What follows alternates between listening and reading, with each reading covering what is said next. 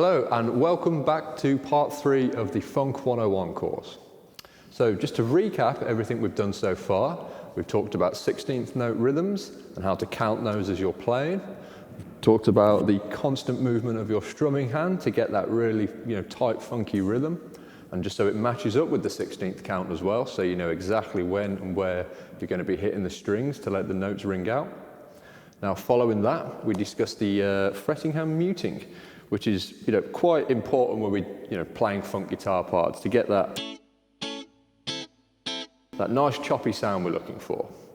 So the combination of all of that, as we played through the exercises, it started to sound definitely funkier, which is what we are hoping to achieve here. Now the final part we need to discuss today is that kind of scratching sound that you get. Now this is quite a percussive thing that the guitar can do, and it's used just to kind of sit there and just help reinforce the track as you're playing along. Now, because you've probably heard many times before, like a part that might go,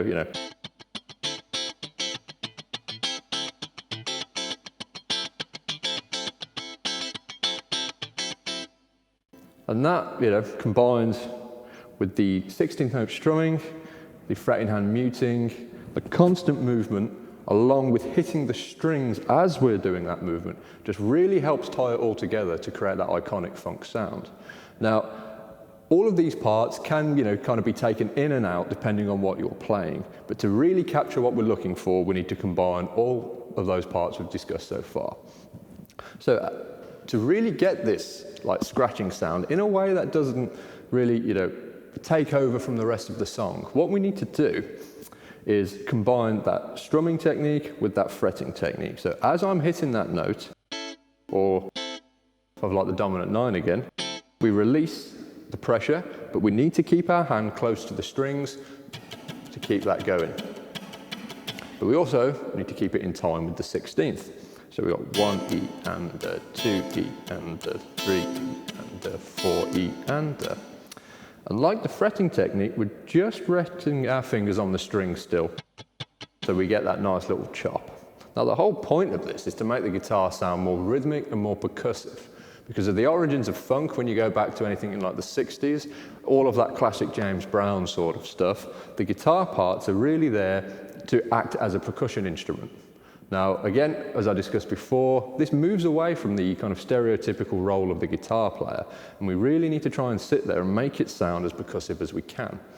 Now, to do that, you can change the amount of attack, and what I mean by that is how hard you're hitting the strings to kind of create that effect. So if I use a lot of attack and I get a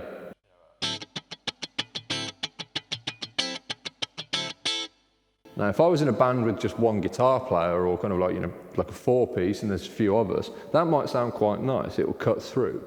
But if there's lots of other members in the band, if there's another guitar player, a keys player, or even a brass section, we don't want to be interfering with their parts as well. So we can then use less attack to get that.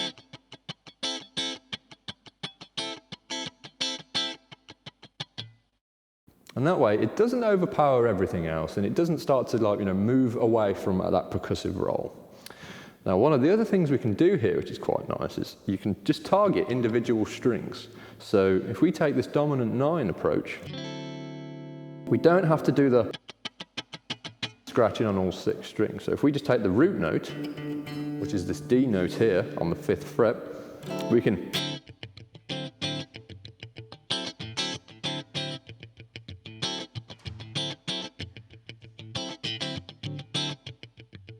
And then that way, it just keeps it a bit more controlled, and it just kind of suits what the rest of the song is doing.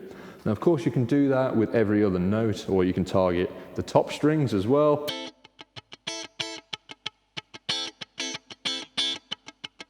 So a lot of the time, it's going to be a preference, depending on what it is you're looking to achieve, and really what you think sounds best. So at the end of the day, trust your ears, and they'll let you know, if it works or if it doesn't. So to really, get down and get used to doing this sort of thing, obviously, again, got to keep those 16th notes ticking over. Try and keep your hand relatively close to the strings, and try and keep the actual strumming motion quite short. Because if we do big dramatic, movements like a you know, like that. You're going to tire yourself out a bit because you need to keep that going all the way through the song. That's actually, you know, quite challenging if you're playing, you know, a 3 or even 4 minute song, you know, to keep that going all the way through. So just to build up the strength there, again, as I've said before, start a bit slower and just kind of get used to that movement. So what we want to do, grab our chord, let's go for the dominant 9 again. That classic funk sound. So we want that 1 E and 2 E and 3 E and 4 E. So now with the scratches in there, you can start to hear that count a bit more. 1 E and 2 E and so it just sounds like a, you know, constant ticking. So your strumming hand here needs to work as a metronome. And if you're, you know, playing with a drummer, look at what they're doing on the hi-hats. That'll be a giveaway, you know, if you're in time or not. So that again is the essence of that kind of funky guitar sound, getting that percussive scratching in there. So again, with the fretting hand, just very lightly rest your fingers on the strings. You don't need to push hard, you don't need to move them away, because if we move them away, we obviously get all the open strings ringing out, and we want to avoid that. So, and again, try and keep it in the same chord shape. You know, if you kind of mute it like that, you're going to create a lot of work for yourself. So just, you know, just release that pressure on the strings. And as I discussed in an earlier exercise as well, this sort of technique is very, you know, transferable to lots of other genres. Anything with that kind of nice, clean sound. You kind of just keep it in there, and it just keeps you ticking along. And again, acts as a great percussive piece. So, if we then move over now to our exercises again one more time, we'll take a nice steady exercise 1, just to get back into the flow of things. And by now, if you've been practicing, you know, part 1 and part 2, this should, you know, feel a bit more natural to you, and it all will come together quite nicely. So again, we'll go with our 1 beat and our third beat here, with our 1 E and 2 E and 3 E and 4 E and. So really try and keep that, like, you know, percussive nature going and just ticking away. If it's a bit tricky to try and keep that moving across all the strings, again, just break it down just to 1 at a time. 1 E and 2 E and 3 E and 4 E and. That'll just help you generate, you know, the techniques you need just to get this going. So again, I'll demonstrate slowly. So we've got 1 E and 2 E and 3 E and 4 E and. Okay? So now I'm going to play it with the track one more time. So at 70 BPM, as we've been doing so far. So if it helps, you know, just to get that technique down, you can just play along, you know, with a, you know, you don't actually have to fret the notes yet. This will be a good way to warm up. 1 E and 2 E and 3 E and 4 E and 3 E.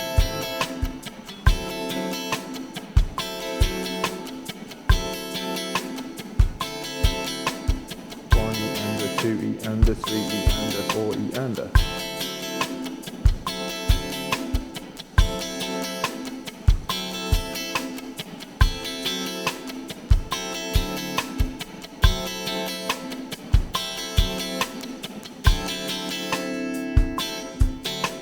All right. So now, as you can hear, that is really starting to sound like that, you know, iconic funk guitar sound that we're hoping to achieve here. Again, just really take into consideration all of the things we've been talking about, and, you know, start slowly if you need to, and just keep building it up, and, you know, it will gradually start to get there. And this sort of thing is great just for any kind of rhythm practice, because, you know, you can just stick on one chord, you know, and then if you start to feel that, you know, you're making some good progress, as discussed, speed up the metronome or your backing track, or start to implement some chord changes in there that I'll show you now. So if we now go for exercise 1.2 again, which is our backbeat 16th, so we're playing on beats 2 and beats 4 now, you could change chord between each one. So let's take the D9, maybe to a G major triad. So you know, just kind of making this up on the fly for our chord progression. So we're going to go.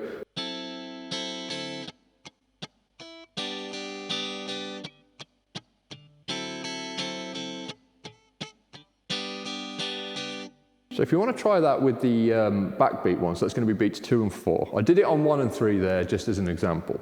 So if we get that down again, so 1 E and 2 E and 3 E and 4 E and 1 E and 2 E and 3 E and 4 E and. So if those of you are wondering, I'm playing that major triad again. So we're going to start on the 5th fret there on the D string.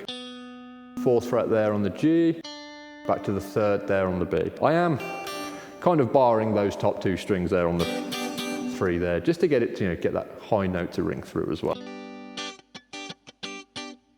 So that kind of very Nile Rodgers sort of, you know, sound. So again, you know, great funk player, and anybody who wants to learn that kind of style of guitar really needs to check out his playing. So we'll probably do more of that on a later day as well. So here we go. So slower speed again, so 1 E and 2 E and 3 E and 4 E and 1 E and 2 E and 3 E and 4 E and. Again, if that chord change is a bit much for you at the minute, try slowing it down or just stick with the one chord you're familiar with. But for this example, I will do both. So here we go, get the rhythm down. 1 3 and 4 E and 1 E and 2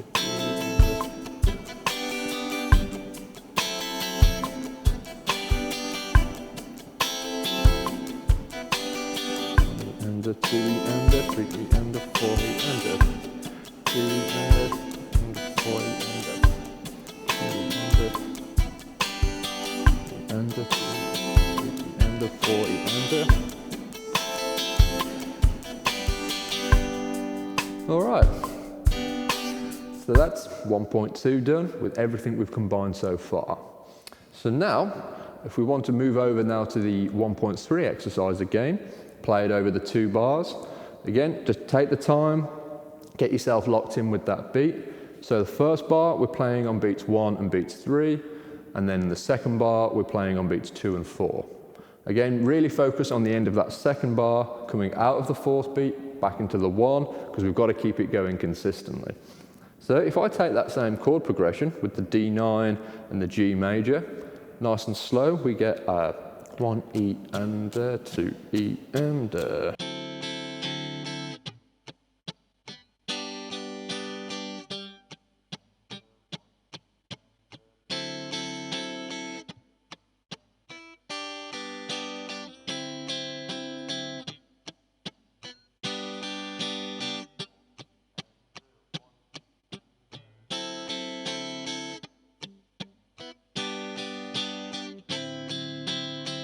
So that chord change on the end there is going to be very quick. So this one's going to test you. Can you get back over there in time? So again, slow it down if you need to, and just, you know, get used to moving between these chords as we're playing these notes. We're just trying to level it up each time and just keep adding elements to it. And this is a way you can constantly progress in your practice routines. So again, try this with the track. 1 E and 2 E and 3 E and 4 E and 1.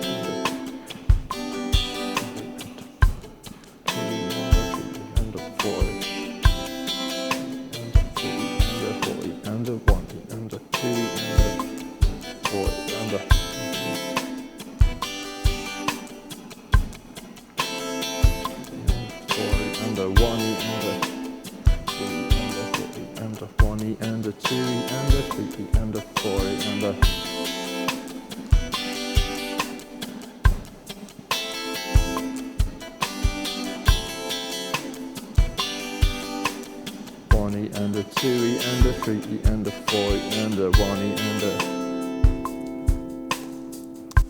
a. So great, so you know, keep working on that one, focus on that chord change now. And again, if it's too hard, just drop it back down to the 1 chord or slow it down and just go at a pace that is comfortable for you. And this is nice about this kind of rhythm practice. It's, you know, everyone does it in their own way, everyone makes progress in their own time. So, you know, don't sit there and give yourself a hard time if you do struggle with it. It's not an easy thing to do.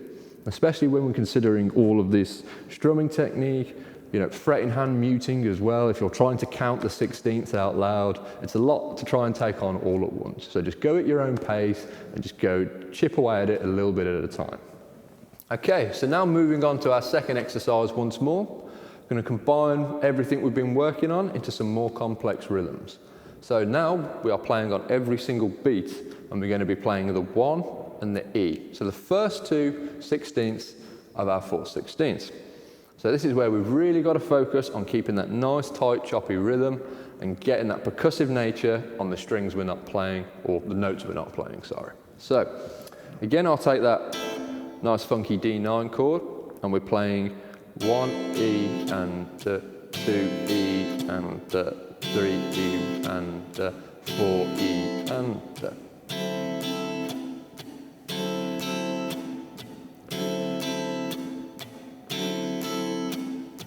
So for this one, I'm going to keep it simple and just play the 1 chord as we were on the previous examples. But if you are feeling ready and up to it, again, you might want to try changing. So if you go for that D9 to the G major again, just alternate it. So we're going 1 E and 2 E and So that is one way you could do it if you're feeling a bit more confident. But for example's sake, I'm just going to stick with that D9. So again, with our backing track, so get locked in. 1 E and a 2 E and a 3 E and a 4 E and a 1 and a 1 E and a 2 E and a 3 E and a. And this is a good one to test out that attack we were talking about. If you give it a bit more or a bit less. This is how you can be quite expressive with just a simple funky guitar part. You don't have to play it at the same volume all the time.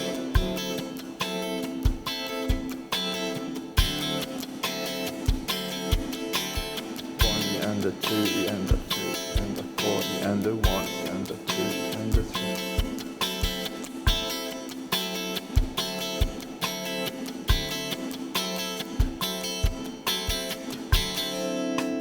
All right, so that again is going to start sounding more like your very typical funky guitar line.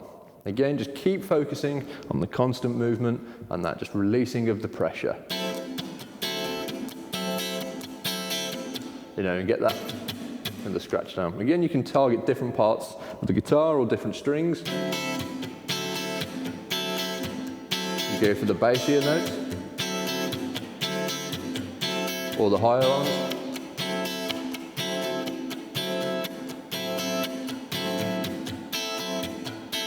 So this is how we can mix up our funk guitar parts. Even if we are just sitting on 1 chord like that, there's quite a lot we can do around it. So really try and pay attention to how hard you're hitting the strings. Another one as well could be where on the guitar you're actually hitting them. So if we hit up here by the neck and our neck pickup, you do get a little bit of a warmer sound compared to if you pick right down here by the bridge. Ooh, don't roll your volume down like that.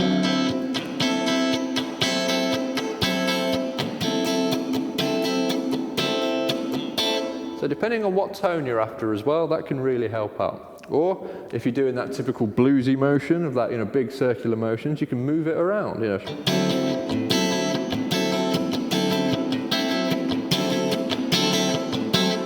And that's how you can take what some guitarists might consider a boring part because we're only playing 1 chord, but really try and do something interesting with it. There's lots of ways we can keep expressing these notes. So taking that into consideration, moving now into exercise 2.2, we are playing on the off beats again. So our and our ah. So once more, I'm going to grab that D9 chord and we're going to go 1 E and 2 E and 3 E and 4 E and So, all right. So again now, with our backing track on, 2 E and 3 E and 4 E and 1 E.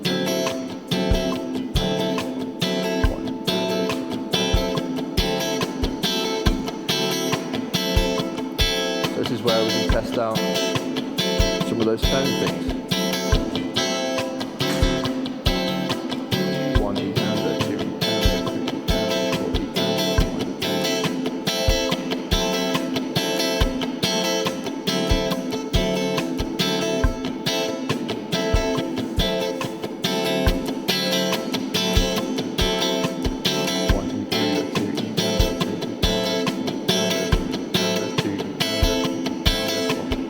Nice and quiet.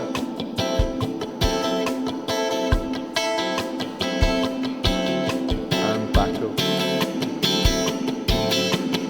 1 and a 2 and a 3. So, there's lots of different ways we can keep building up on these exercises and keeping them nice and consistent throughout each part. So we've got our, exercise 1, 2, and 3 in the different parts. Now, if you're feeling a lot more confident with these, by all means, start adding more chords and start speeding it up. So to combine those two exercises again together, we're going to move on to our exercise 2.3. The first bar is going to be on the beat. So that's going to be your 1 and your E. So your 1 E and a, 2 E and a. Now again, with the last one we've just done, with our offbeat, so our ands and our Rs, so our 1 E and a, 2 E and a, so those second ones there. Again, played over 2 beats, 2 bars, sorry, you need to make sure we're landing back on that one with the same consistency. So again, I'm going to stick with that D9, so we have our 1 E and a, 2 E and a, 1 E and a, 2 E and a, 3 E and a, 4 E and a, 1 E and a, 2 E and a, 3 E and a, 4 E and a, 1 E and a, 4 E and a, 1 E and a, 2 E and a, 3 E and a, 4 E and a. So this is really going to test us now over the 2 bars. So straight in with that track. And a 40 and a 1 and a 40 and a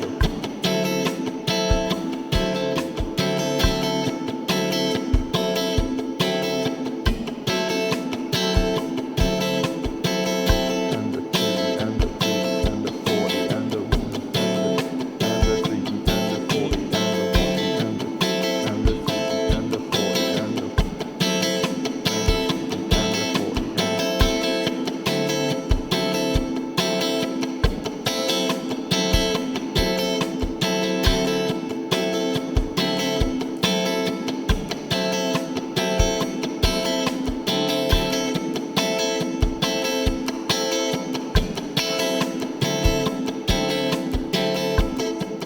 Alright, so you should get the idea of that one by now. So again, just really focus on getting those nice, crisp percussive nature in there, along with everything we've been working on. So constant movement and releasing of the pressure, keep your hand nice and close to the strings, and you should be sounding pretty funky by now. So now moving on to our third and final exercises again. So our 3.1. So this is where we're going to alternate each beat again by playing on the 1, the 2 and, the 3 and the 4 and. So this is going to leave us a little bit more space between each time we hit the strings to get those scratches and those hits in there. This is where you can really start to play around with where you want to land them, like on the close to the bridge or closer to the neck, or how much attack you want to use. This is where we've got quite a lot of space to play with. Now, it might sound strange because, we are just, it's a note, but it isn't. We're not really like playing a chord or letting a note ring out. So our role here, again, is very percussive. We need to sit there in the rhythm section and we need to reinforce what the rest of the song is doing. Now, sometimes the temptation as a guitar player, when there's a little bit of space, is to do a little lick or a little fill, or something, or just do some typical kind of like pentatonic runs. Now, we can do this in the funk stuff. We can add like little embellishments. You might hear like a. So if you do feel like that's appropriate, you can drop those little things in there. But what we're going to do today is we're going to keep it nice and tight and just follow the exercise, and we're just going to play on the 1, and the ands of the reoccurring beats. So nice and slow, here we go for 3.1. Get our 1 E and a 2 E and a 1 E and a 2 E and a 3 E and a 4 E and a 1 E and a 2 E and a 3 E and a 4 E and a... So with that we get that nice, we get our, on the and going back. That gives us that nice little bit of a push. It makes it sound like, it's driving quite nicely, but it also just leaves quite a bit of space between, obviously, the 1 and the 2 and. That just allows, if you're in a big band, the other guys to add some fills or add some more syncopated parts going in. Remember, our role in guitar players in funk bands and funk songs is not to be down the front, in the limelight shredding away. We have to support what the rest of the band is doing, and mainly what the singer's doing. Now, we don't want to admit it, but as musicians, our role is to support the singers in the band. So with our backing track, we're going to get locked in at 1 E and a 2 E and a 3 E and a 4 E and a 1 E and a 2 and a 3 and a 4 E and a 4 E and a 1 E and a 2 E and a 3 and a 4 E and a 2 E and a 3 E and a 4 E and a...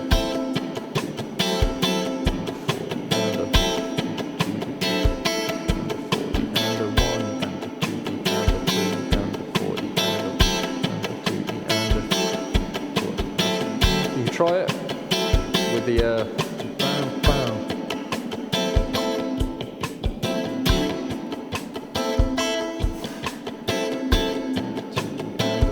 And a 40 and a 40.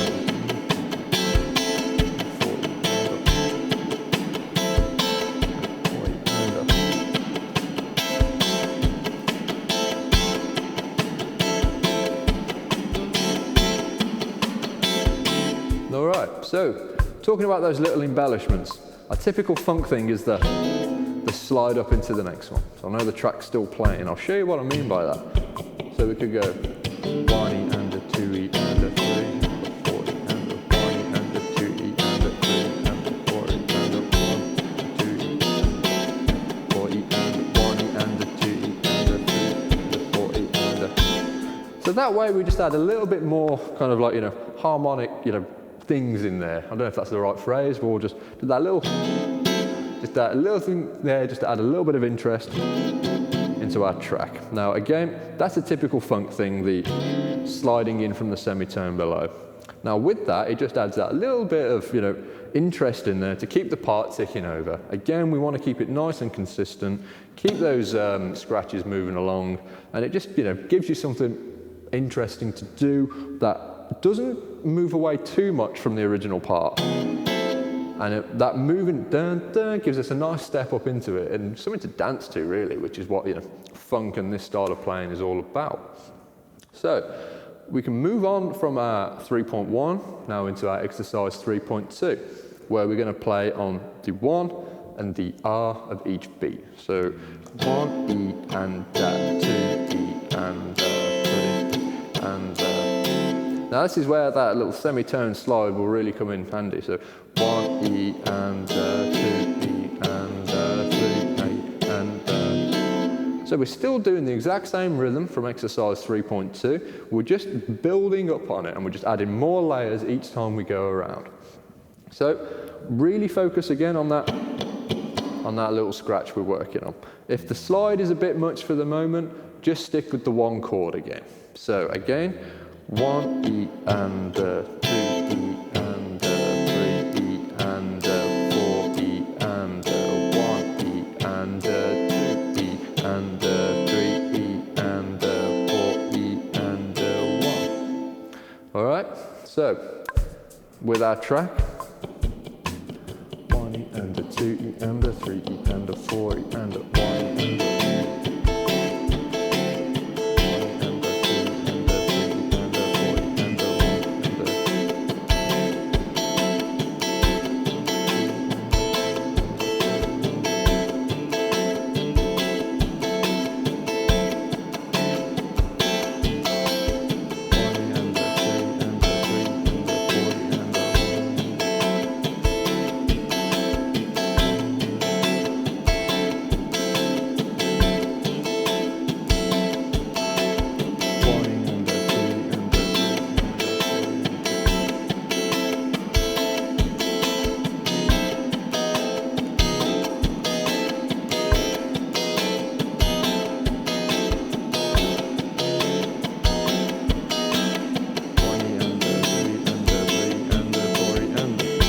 again, just add those little bits in there.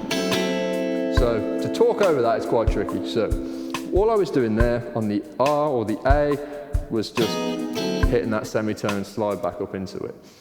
Again, just more ways to embellish these parts, but still keeping them fairly consistent throughout the rest of the track and what we're doing.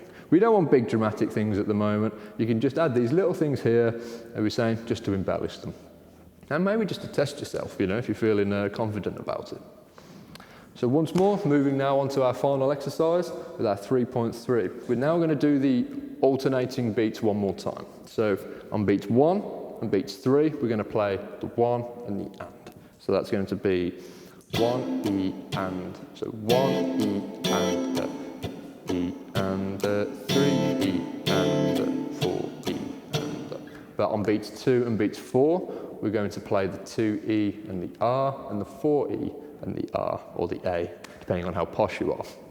So now we have 1 E and 2 E and 1 E and 2 E and 3 E and 4 E and 1 and 2 E and 3 E and 4 E and 2 E and 4 E and.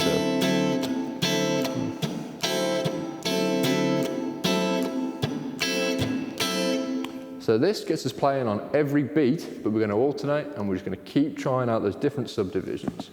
So one more time with our crap. 1 E and 2 E and 3 E and 4 E and 1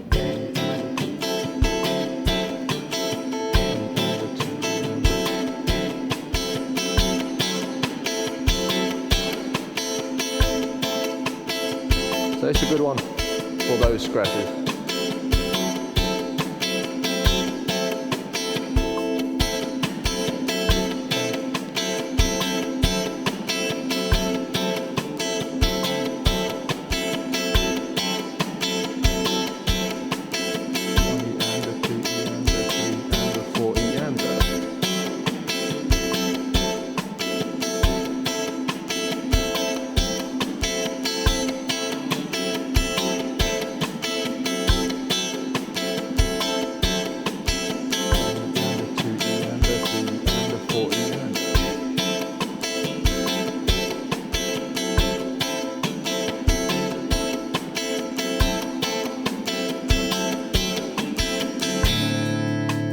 Big bassy one on the end there. All right. So now we've been able to combine everything we've gone through so far with our strumming, our left hand muting, our scratches. We've even covered briefly some little embellishments with the slides and even things like pick attack. Now, when you combine all of those things together across, all three of those various exercises, you're really going to start to sound like the funk guitar you probably recognize. Now, again, it's going to be one of these things you need to keep working on. It won't happen overnight, so just a little bit of consistency in your practice, just work on it. If you can't do it every day, just try and do it regularly every other day, and you will really start to see these things start to develop. Now, a lot of the time, we have to give it some time for the muscle memory to really kick in. And that's where the muting will start to really happen for you, where you can just get used to that, just releasing of the pressure, just to really get that choke note and help with the scratching. So again, we don't want to keep those fingers down, because otherwise, if you're constantly moving, you end up with a... And that just sounds quite noisy. It sounds quite cool. You can always start your song like that, that sort of thing. But once we get into any kind of verse or, section where the rest of the band is kicking in, we just want to keep that kind of nice little tick almost. That's what it sounds like, doesn't it? All right, so there we are. We've covered our 3 different parts there with all our little breakdowns of all the exercises. We've covered our strumming technique, our fretting technique with the mutes, the scratching and how we can make that sound different across the guitar. And a combination of all of those things will really start to improve your funk guitar. Now, again, with all things music related, practice is important. Now, again, you don't have to be doing hours upon hours every day, but regular and consistent practice will be the key to getting this down. The muscle memory in your hands will really kick in if you can do bits, maybe a little bit every day, but at least every other day. Especially with that, that 16th pattern, you need to get the skill and the strength to keep that going, and the technique of releasing the pressure, that'll really help as well. So just a little bit every day and it will start to sound really cool. Now the nice thing about these exercises that once you get used to them and you get used to the rhythms and the techniques that we're using, you can start adding more chords to them. I've just demonstrated these with the use of 1 or maybe 2 chords, just for, to keep it nice and simple. As you get more confident with this, you can add in your own progressions, try 2 chords, move up to 3, and then start using 4. This will help you just progress from these exercises, and it will help you feel like it's more like playing. And once we can get into that territory, then it should be a lot more fun, and it really starts to sound like you are a funk guitar player.